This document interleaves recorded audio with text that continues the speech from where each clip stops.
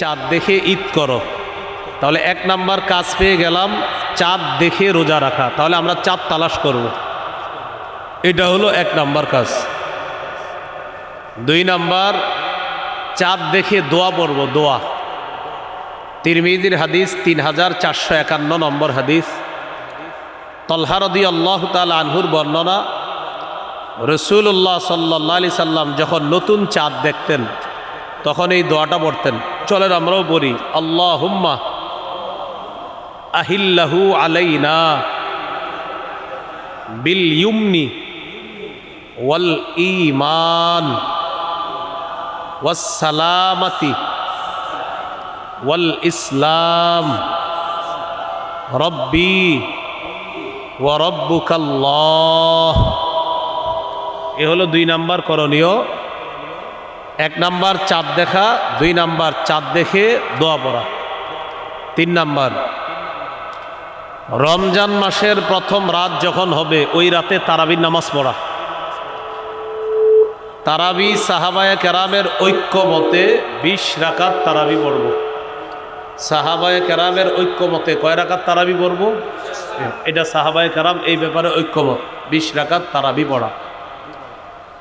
তারাবি ধীরস্থির ভাবে পড়া। 20 রাকাত তারাবি যত বেশি সময় নিয়ে পড়া যায়, ধীরস্থির ভাবে তারাবির নামাজ পড়া। কে কত তাড়াতাড়ি পড়তে পারেন এই পাল্লা না দিয়ে কে কত বেশি সময় নিয়ে পড়তে পারেন এই কাজের প্রতিযোগিতা করবেন, যে আমাদের মসজিদে সময় তোমাদের চেয়ে বেশি লাগছে, এইভাবে বলা। মনে থাকবে তো ইনশাল্লাহ? তাহলে 3 নাম্বার, রমজানের প্রথম রাত শুরু হলে তারাবি পড়া। সাহাবায়ে কেরামের ঐক্যমতে 20 রাকাত তারাবি। সহিহ বুখারীর 2009 নম্বর হাদিস। রাসূলুল্লাহ সাল্লাল্লাহু আলাইহি সাল্লাম বলেন, মান কামা রমাদান ঈমানাও ওয়া ইহতিসাবা গুফিরা লাহু মা তাকদ্দামা মিন যামবি। যে ব্যক্তি ঈমানের সাথে সওয়াবের আশায় রাতের বেলা সালাত আদায় করলো তার আগের গুনাহগুলো মাফ। তাহলে 3 নাম্বার তারাবি পড়া। 4 নাম্বার, তারাবির নামাজে কোরআন তেলাওয়াত করা, পারলে 1 খতম কোরআন পড়া। আর যদি না পারেন তাহলে যেই সূরাগুলো মুখস্থ আছে সেগুলো পড়বে ইমাম সাহেব, অথবা যেটাকে বলা হয় সূরা তারাবি সেটা পড়বেন, বাকি ধীরস্থির ভাবে। তাহলে এটা 4 নাম্বার, নামাজের মধ্যে কোরআন তেলাওয়াত করা। 3 নাম্বার তারাবি পড়া। 4 নাম্বার, নামাজে কোরআন তেলাওয়াত বেশি করা রমজানে, অথবা নামাজের বাহিরে কোরআন তেলাওয়াত করা। নামাজেও করা, নামাজের বাহিরেও কোরআন তেলাওয়াত করা। 4 নাম্বার। 21 নম্বর পারাটা শুরু হয়েছে সূরা আনকাবুতের 45 নম্বর আয়াত দিয়ে। আল্লাহ তাআলা বলেন, উতলু মা উহিয়া ইলাইকা মিনাল কিতাব। নবী আপনি তেলাওয়াত করেন, কোরআনের যা আপনার প্রতি ওহী হিসাবে এসেছে এটা আপনি তেলাওয়াত করেন। সূরা ফাতিরের 29 নম্বর আয়াতে আল্লাহ বলেন, ইন্নাল্লাযীনা ইয়াতলুনা কিতাবাল্লাহ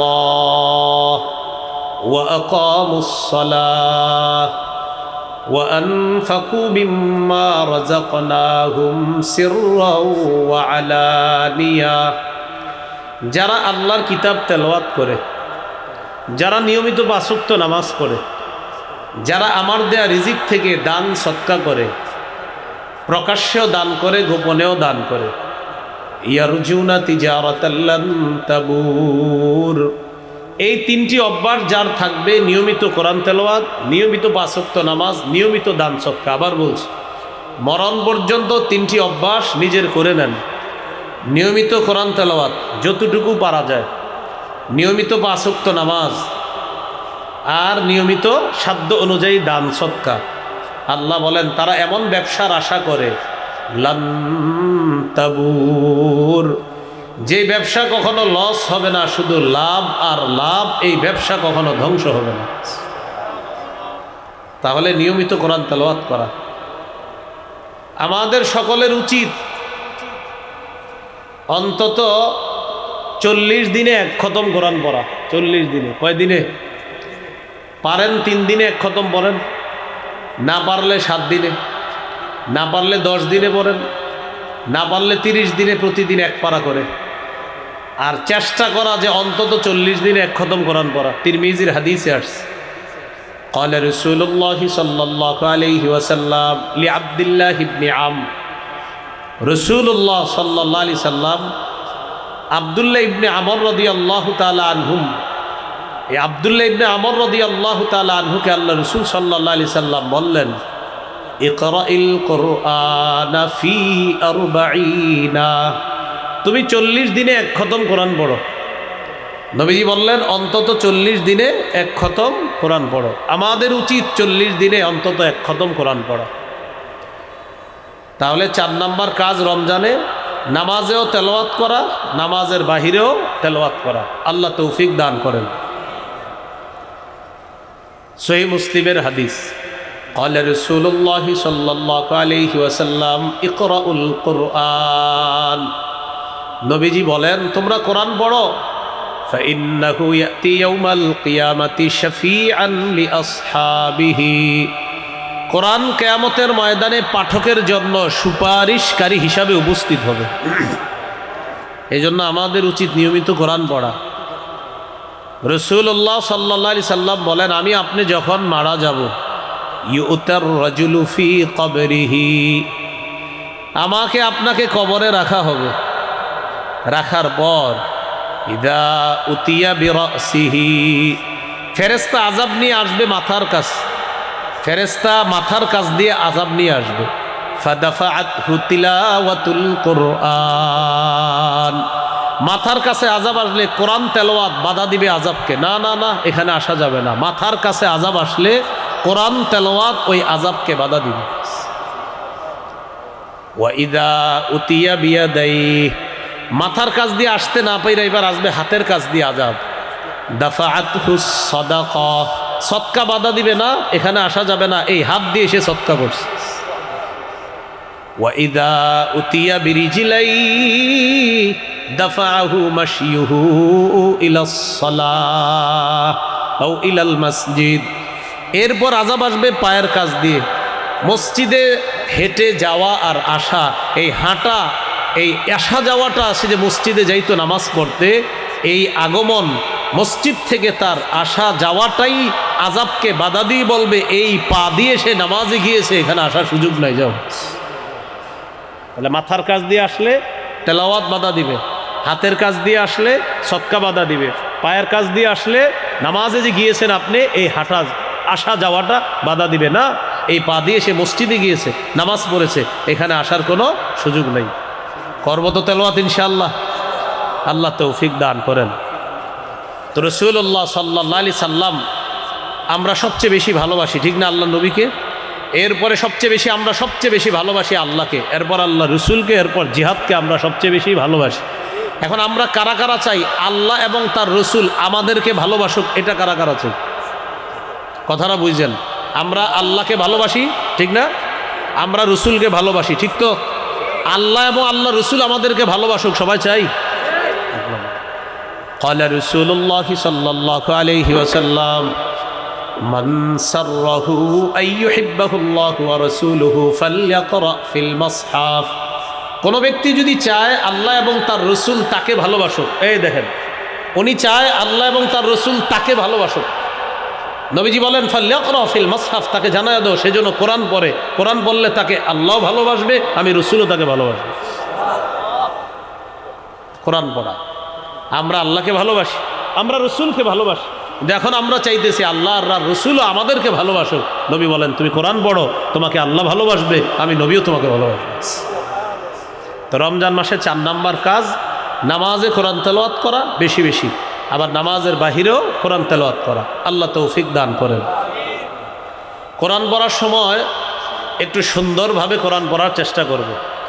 কিভাবে? সুন্দরভাবে। আমার আগে বয়ান করছে মুফতি আরিফ জব্বার কাছে, কোরআন তেলাওয়াত খুব সুন্দর ওনার, হ্যাঁ, আরও অনেকে এরকম সুন্দর কোরআন তেলাওয়াত করতে পারে। কোরআন তেলাওয়াত সুন্দরভাবে করলে আল্লাহ তাআলাও তার তেলাওয়াতটা বিশেষ রহমত দিয়ে শুনে। সহিহ মুসলিমের বর্ণনা যে নবী যখন কোরআন তেলাওয়াত করে হাদিসে আসছে নবী যখন ইয়াতাগান্না বিল কোরআন, সুন্দরভাবে সুললিত কণ্ঠে যখন কোরআন তেলাওয়াত করে, আল্লাহ বিশেষ দয়া রহমত নিয়ে তার তেলাওয়াত শুনতে থাকে। قال رسول الله صلى الله عليه وسلم زينوا القرآن بأصواتكم। নাসাইর হাদিস 1015 নম্বর হাদিস। নবীজি বলেন জাইয়িনুল কোরআন, তোমরা কোরআনকে সুন্দর করো, বিআসওয়াতিকুম, তোমাদের কণ্ঠের সাহায্যে। এর মানে তোমরা সুললিত কণ্ঠে কোরআন তেলাওয়াত করো। সুবহানাল্লাহ। তোমরা কোরআনকে সুন্দর করো কণ্ঠের সাহায্যে, আওয়াজের মাধ্যমে। উদ্দেশ্য হলো সুললিত কণ্ঠে তোমরা কোরআন পড়ো। তাহলে একটু সুন্দরভাবে কোরআন পড়বো তো ইনশাআল্লাহ। এবার বলেন ধীরস্থিরভাবে কোরআন পড়বো। বলেন কিভাবে কোরআন পড়বো? ধীরস্থিরভাবে পড়বো। আল্লাহ তাআলা বলেন সূরা মুজাম্মিলের মধ্যে, ওয়ারাত্তিলিল কুরআনা তারতিলা। নবী আপনি ধীরে ধীরে কোরআন পড়েন, আপনি ধীরে ধীরে কোরআন পড়েন। তারাবিতে যে হাফেজ সাহেবরা কোরআন তেলাওয়াত করবে, তারা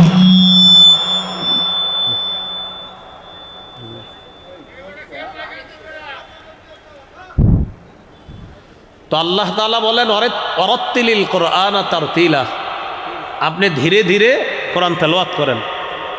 আমরা মুসল্লি যারা থাকবো, হাফেজ সাহেবদেরকে আমরা উৎসাহ দিব এইভাবে, হুজুর আপনি ধীরস্থিরভাবে পড়েন, সমস্যা নাই। আপনি যত বেশি নামাজে দাঁড়াবেন, আমরাও তৈরি আছি ইনশাআল্লাহ।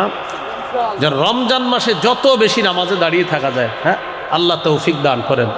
মুসল্লিদের মধ্যে 10% এমন থাকবে যারা চাইবে তাড়াতাড়ি পড়তে। আমি আশাবাদী 90% এমন থাকবে যারা বলবে না আপনি আস্তে ধীরে পড়েন, আমরাও আছি ইনশাআল্লাহ। তো 90% মুসল্লি যদি আস্তে ধীরে নামাজ পড়ে, আশা করি 10% যারা থাকবে তারাও আস্তে ধীরের পক্ষে হয়ে যাবে ইনশাআল্লাহ। ওয়ারাত্তিলিল কুরআনা তারতিলা, আল্লাহ তাআলা বলেন আপনি ধীরে ধীরে কোরআন পড়েন। আল্লাহ আমাদেরকে ধীরে ধীরে কোরআন পড়ার তৌফিক দান করেন। সফরে যখন থাকবেন তখনও সুন্দরভাবে কোরআন পড়বেন। বাসে বসে রয়েছেন, গাড়িতে চলতেছেন, তখনও কোরআন পড়বেন।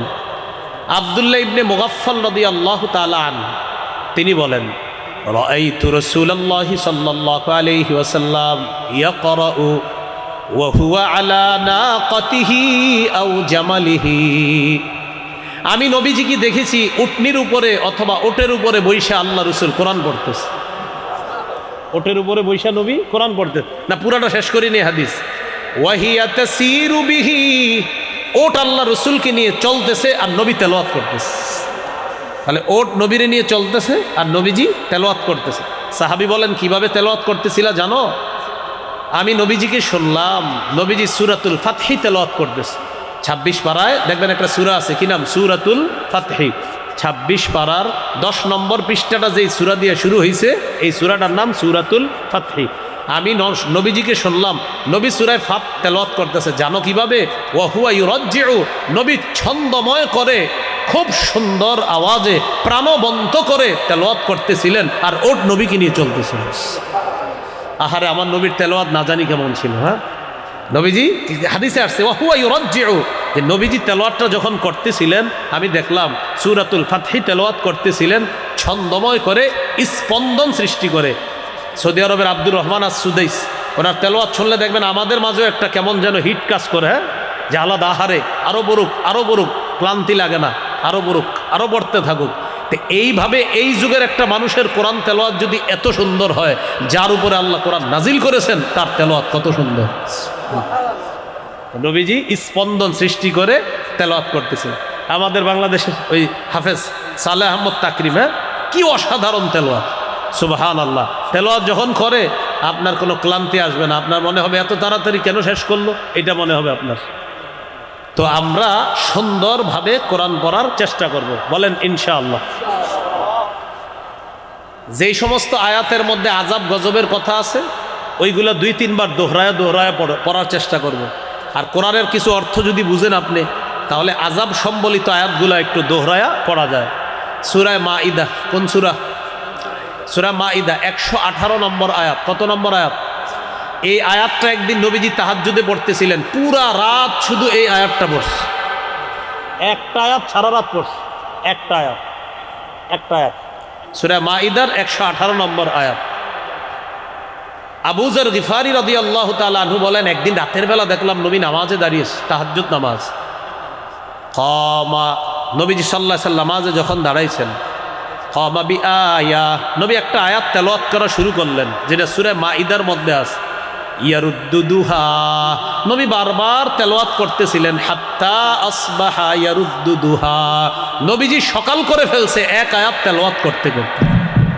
সে আয়াতটা কি আমি আপনাদেরকে শোনাই। আল্লাহ বলেন, ইন তুআযিবহুম ফাইন্নাহুম ইবাদুক, আল্লাহ আপনি যদি তাদেরকে শাস্তি দেন তারা তো আপনার বান্দা।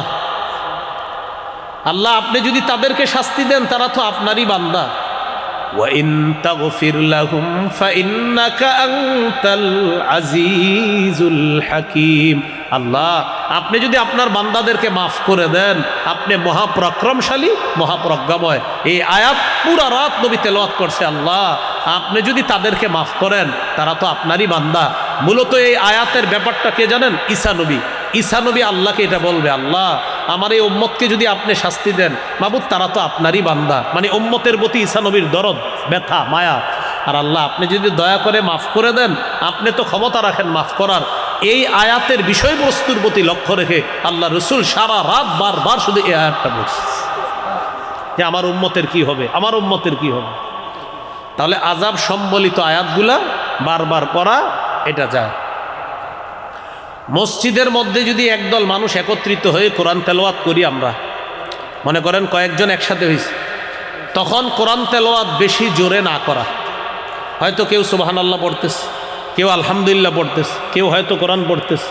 রাসূলুল্লাহ সাল্লাল্লাহু আলাইহি সাল্লাম বলেন, তোমরা যখন একসাথে কেউ থাকবা তখন দেখবা তোমার আশেপাশের ভাইয়েরা কি করে, তারা হয়তো বিভিন্ন ইবাদতে আছে, তাই তুমি বেশি জোরে কোরআন তেলাওয়াত তখন করবা না, তুমি আস্তে আস্তে করবা। বুঝে আসছে তো? হ্যাঁ। মসজিদের ভিতরে সবাই যদি কোরআন তেলাওয়াত করে এটারও একটা ফায়দা আছে, মাদ্রাসায় করলেও ফায়দা আছে।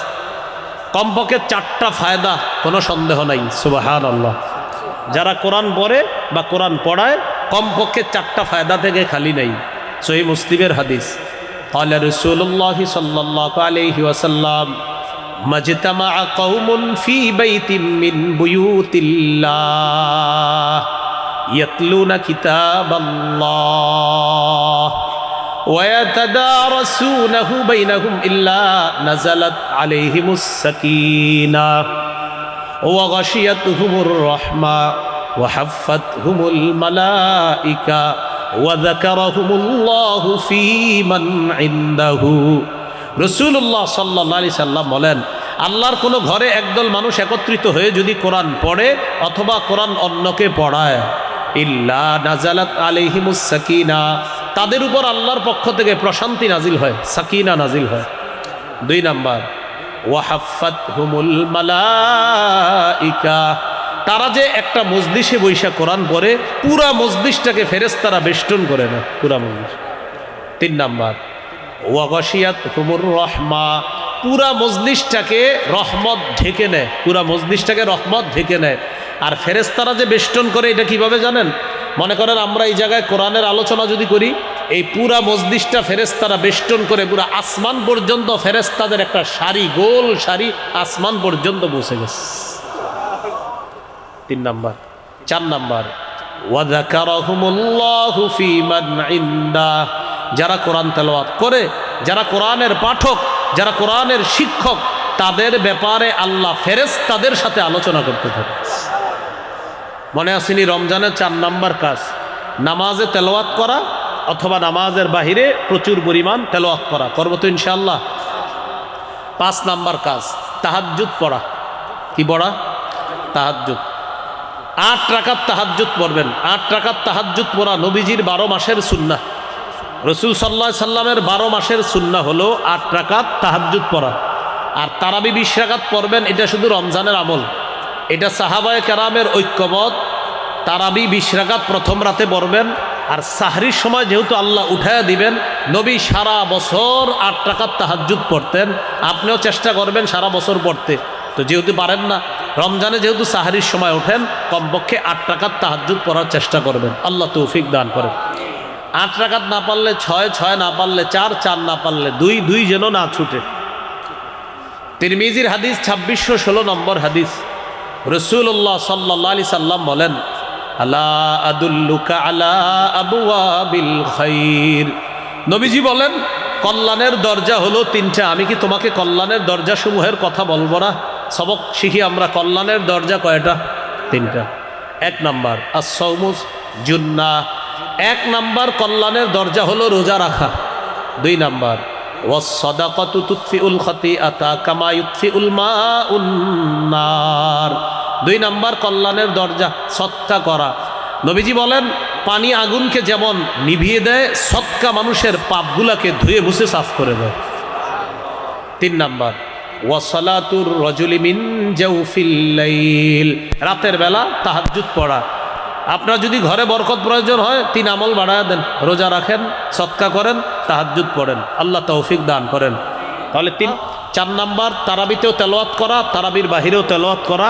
পাঁচ নাম্বার তাহাজ্জুদ পড়া। তারাবি 20 রাকাত পড়ব, সাহাবায়ে কেরামের ঐক্যমত, এটা রমজানের আমল। আর তাহাজ্জুদ 8 রাকাত পড়ব, এটা নবীর সুন্নাহ, 12 মাসের আমল।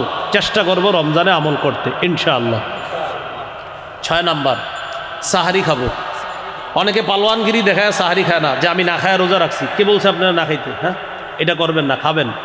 সহিহ বুখারীর বর্ণনা 1921 নম্বর হাদিস, আন যায়েদ ইবনে সাবিত রাদিয়াল্লাহু তাআলা আনহু قال তাসাহহারনা মা রাসূলিল্লাহি সাল্লাল্লাহু আলাইহি ওয়াসাল্লাম।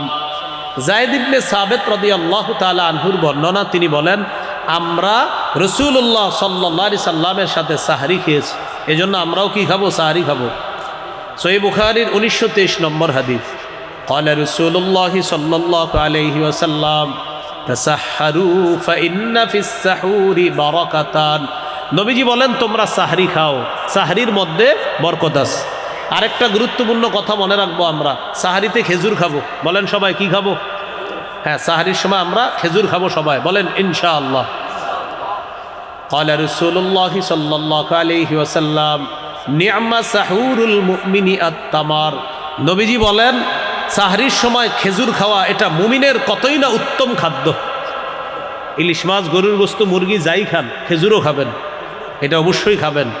সাহরির সময় খেজুর খাবেন, আল্লাহ তৌফিক দান করেন। খেজুর তো 12 মাস খাওয়া দরকার। প্রতিদিন সকালে খালি পেটে 7টা খেজুর খাওয়া উচিত আমার, আপনার, সকলের, আমাদের।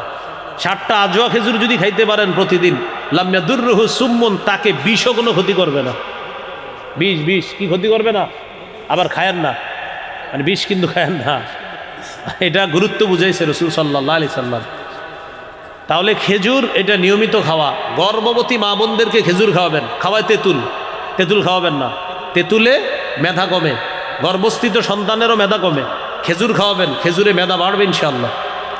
ঈসা নবী যখন তার আম্মার পেটে, ঈসা নবীকে আল্লাহ বললেন, ফাকুলি ওয়াশরাবি, তুমি খাও, পান করো। খাবে কি? খেজুর খাও, পান করবা, ঝর্ণার পানি পান করবা। খেজুর গাছের নিচে বসা ছিল। আমার কথা হলো, এত খাদ্য থাকতে আল্লাহ ঈসা নবীর আম্মার জন্য খেজুর নির্বাচন করলেন কেন? এখান থেকে বোঝা যায়, গর্ভবতী মায়াতের খাদ্য হলো খেজুর। তেঁতুলের আচার খাইতে চাইলেও কিনে দিবেন না, খেজুর কিনে দিবেন। আল্লাহ আমাদেরকে কথাগুলা মনে রাখার তৌফিক দান করেন। 7 নাম্বার রোজা রাখা। সাহরি খাইলেন, খাওয়ার পর রোজা রাখবেন। প্রথম রোজা শুরু হলো আপনার। সহিহ বুখারীর বর্ণনা 1901 নম্বর হাদিস, রাসূলুল্লাহ সাল্লাল্লাহু আলাইহি সাল্লাম বলেন, মান সামা রমাদানা ঈমানা ওয়া ইহতিসাবা গুফিরা লাহু মা তাকদ্দামা মিন যামবি। যে ব্যক্তি ঈমানের সাথে সওয়াবের আশায় রমজানের রোজা রাখলো, তার আগের গুনাহগুলো মাফ। 8 নাম্বার দান করা। কি করা? দান করা। রমজানে দানের মাত্রাটা বাড়ায় দিবেন। সহিহ বুখারীর 6 নম্বর হাদিস, কানা রাসূলুল্লাহ সাল্লাল্লাহু আলাইহি ওয়াসাল্লাম আজওয়াদান নাস। এই পৃথিবীতে যত মানুষ আছে সবার মাঝে রাসূলুল্লাহ সাল্লাল্লাহু আলাইহি সাল্লাম সর্বশ্রেষ্ঠ দানশীল মানুষ ছিলেন। ওয়া কানা আজওয়াদা মা ইয়াকুনু ফি রমাদান। রমজানে নবীজির দান করার মাত্রাটা আরো বেড়ে যেত। তাহলে রমজানে আমরা দান করব। 9 নাম্বার বেশি বেশি নফল ইবাদত করা। আবু দাউদের 864 নম্বর হাদিস, কিয়ামতের ময়দানে আদম সন্তানের সর্বপ্রথম নামাজের হিসাব হবে। ফরজ নামাজে যদি ঘাটতি থাকে, আল্লাহ বলবে নফল ইবাদতগুলা দেখো, এই নফলের মাধ্যমে আতিম্মু ফরিদাতাহু মিন তাতাওউহি, আমার বান্দার নফলের মাধ্যমে ফরজের ঘাটতি পূরণ করে দাও। রমজানে নফল বাড়ায় দেওয়া। 10 নম্বর বেশি বেশি ভালো কাজ করা। সূরা তাগাবুনের 9 নম্বর আয়াত, ওয়া মান ইউমিন বিল্লাহ ওয়া ইয়ামাল সালিহা, যে আল্লাহকে বিশ্বাস করবে, ভালো কাজ করবে, ইউকাফির আনহু সাইয়্যাতি, আল্লাহ তার আগের সব গুনাহগুলো মাফ করে দিবে। ওয়া ইউদখিলহু জান্নাত, আল্লাহ তাকে জান্নাতে প্রবেশ করাবেন। তাজরি মিন তাহতিহাল আনহার, যার তলদেশ দিয়ে ঝর্ণা ধারা প্রবাহিত হবে। খালিদিনা ফিহা আবাদা, সেথায় তারা চিরকাল অবস্থান করবে, বসবাস করবে। তাহলে 10 নাম্বার নেকির কাজ বেশি করা। 11 নাম্বার দোয়া করা।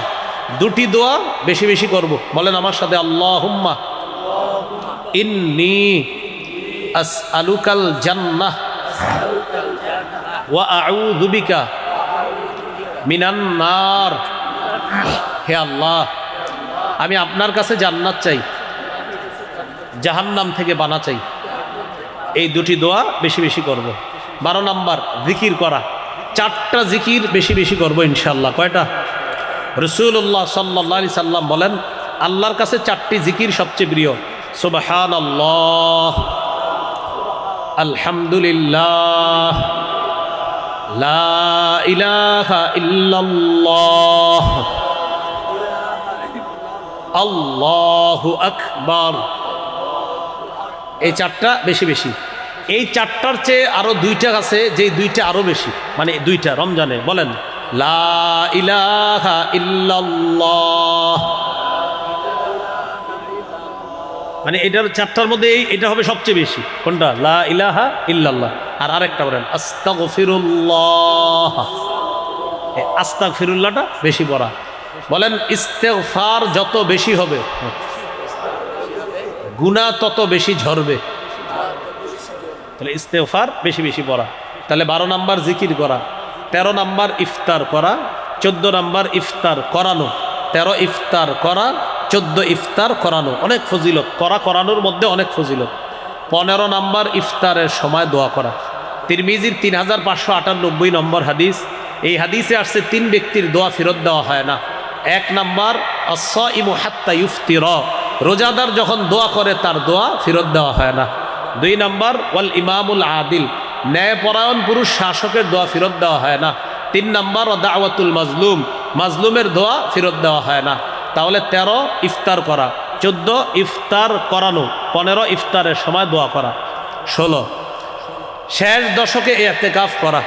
সহিহ বুখারীর 2033 নম্বর হাদিস। কানা রাসূলুল্লাহ সাল্লাল্লাহু আলাইহি সাল্লাম ইয়াতাকিফু ফিল আশরিল আওয়াখির মিন রমাদান, নবী রমজানের শেষ দশকে ইতিকাফ করতেন। 17 নম্বর লাইলাতুল কদর তালাশ করা। সূরা কদরের 3 নম্বর আয়াত, লাইলাতুল কদরি খায়রুম মিন আলফি শাহর, কদরের রাত 1000 মাসের চাইতে উত্তম। রাসূলুল্লাহ সাল্লাল্লাহু আলাইহি সাল্লাম বলেন, মাইয়াকুম লাইলাতুল কদরি ঈমানা ওয়া ইহতিসাবা, যে ব্যক্তি ঈমানের সাথে এবং সওয়াবের আশায় লাইলাতুল কদর জাগ্রত হবে, তার আগের গুনাহগুলো মাফ করে দেওয়া হবে। 18 নাম্বার সদকাতুল ফিতির আদায় করা। আলেমদের সাথে পরামর্শ করে সদকাতুল ফিতিরটা আমরা আদায় করে দিব। সংক্ষেপে 18টা কথা বললাম, আমরা মনে রাখবো ইনশাআল্লাহ। আল্লাহ তাআলা আমাদের সকলকে যে কথাগুলো শুনলাম বললাম আমরা যেন আমল করতে পারি, আল্লাহ তৌফিক দান করেন। 6টা বর্জনীয় আছে, সংক্ষেপে বলে ফেলি।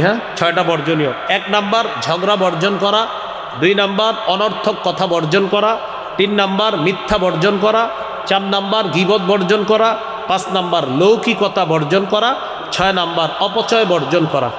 1 নাম্বার ঝগড়া বর্জন করা, 2 নাম্বার অনর্থক কথা বর্জন করা, 3 নাম্বার মিথ্যা বর্জন করা, 4 নাম্বার গীবত বর্জন করা, 5 নাম্বার লৌকিকতা বর্জন করা, 6 নাম্বার আপনার অপচয় বর্জন করা। অপচয় করা যাবে না। এই 6টা সংক্ষিপ্ত কথা। আরও ইনশাল্লাহ দেখেন কোথাও কোথাও পেয়ে যাবেন আলোচনায়। 6টার বিস্তারিত পাবেন আর ওই 18টারও বিস্তারিত পাবেন। এখানে আমরা সংক্ষেপে জানলাম। আল্লাহ আমাদের সকলকে যে কথাগুলো শুনলাম বললাম আমল এবং বর্জনগুলো বর্জন করার তৌফিক দান করেন। আচ্ছা, যতটুকু সময় পান, আমি গাড়িতে যাইতে যাইতে যে কারো যদি মিম্বরের আমানত প্রয়োজন হয় 1 থেকে 8 খণ্ড এই আজকের আলোচনা সহ জবানের হেফাজত ইত্যাদি সহ আলোচনাগুলো পাবেন। 1 থেকে 8 খণ্ড মিম্বরের আমানত, সন্তানের অধিকার, জবানের হেফাজত, শিরিক বেদাত কুফর তাওহীদ, নামাজ, লা ইলাহা ইল্লাল্লাহর ব্যাখ্যা, নামাজের মাসাইল এবং পাক নাপাকের মাসাইল। গাড়িটা কোথায় আছে আমার জানা নাই, যদি আশেপাশে থাকে সংগ্রহ করতে পারেন। আসসালামু আলাইকুম।